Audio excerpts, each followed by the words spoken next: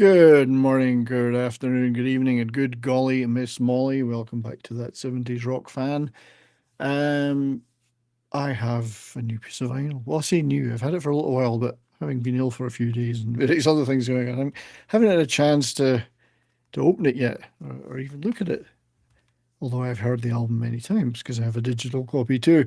And it is Megadeth's self titled album, the last album, the end of the road, as it were. Released in, I don't know, January 23rd, it was released. 17th and final studio album as they draw to a close.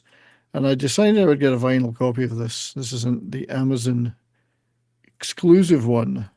I don't have any record stores near me anyway, so I would have a bit of a trek to get one. I thought I'll make sure I get one like this. And in the meantime, get a digital copy and listen to that too. And we'll talk a little bit about that, about the album itself. I'm not a professional reviewer. I don't have all the fancy terms. I just know whether I like it or not. So let's take that out of the thing. Now, this is a lenticular cover, which I think we can see quite effectively there, the flames changing. That's quite nice. There you go. Quite a nice effect, I have to say. It's and I do really like this cover. I love the image, love the colouring, the palette that's been used, and I love those flames. And of course, that wonderful Megadeth font. So, let's take a quick look at the back. Seeing the same figure from the back. Now, this has been split into four sides. With only two tracks on side 4, one of which is the bonus Ride the Lightning, which is a kick-ass track, kick-ass cover, I have to say. There are bonus tracks for this album depending on where you bought it. That's this Ride the Lightning one is on various versions, but there's a couple of other bonus tracks which are well worth listening to, in my opinion. You can find them on YouTube, the tubes. Let me just open that up. I have my notes. Yeah, Bloodlust, which I think was a Target purchase only, and Nobody's Hero. Now, the bonus, I'm getting away from showing the album to talk about the album. The 3 bonus tracks are fantastic.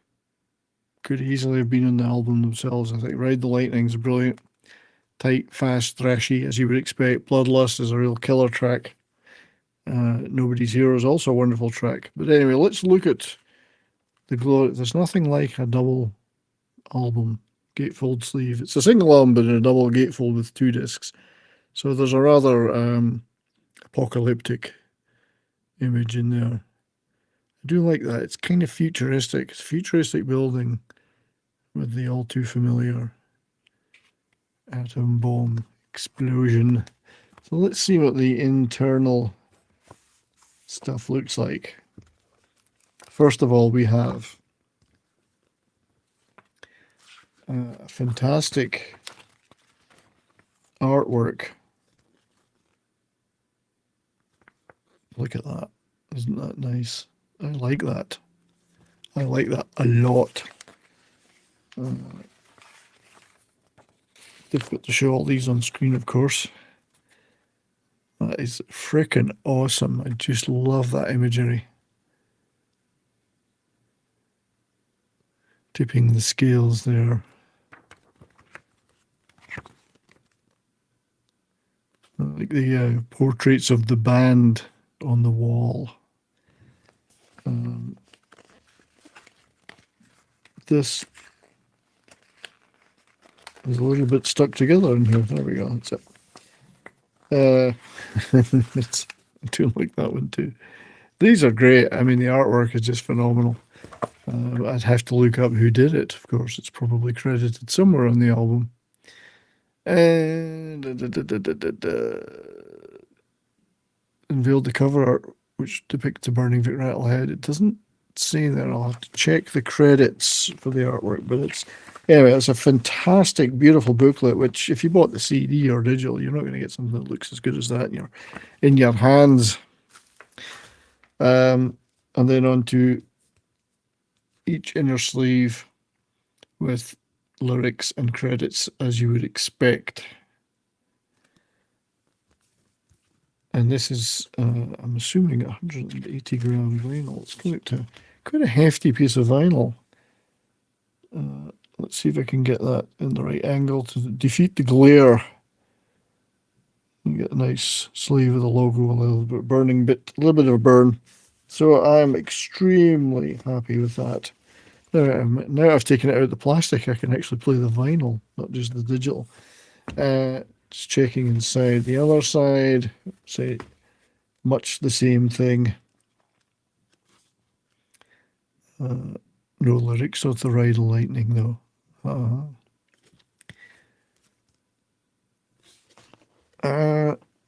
Time for the glasses because I'm getting old.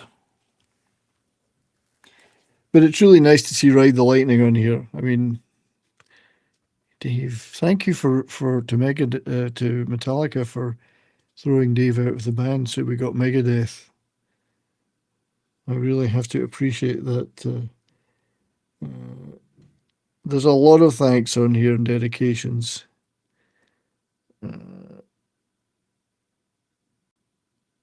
Which I will read later.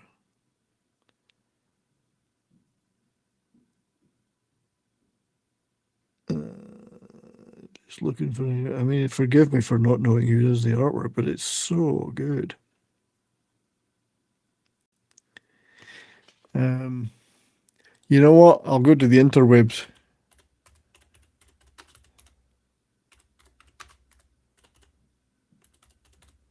The interwebs have always got the artwork. Okay, here we go. Artwork by